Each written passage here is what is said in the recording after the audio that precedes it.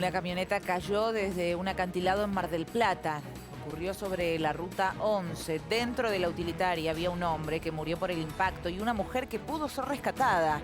Por las marcas que había en el suelo, creen que el vehículo estaba detenido al momento del accidente.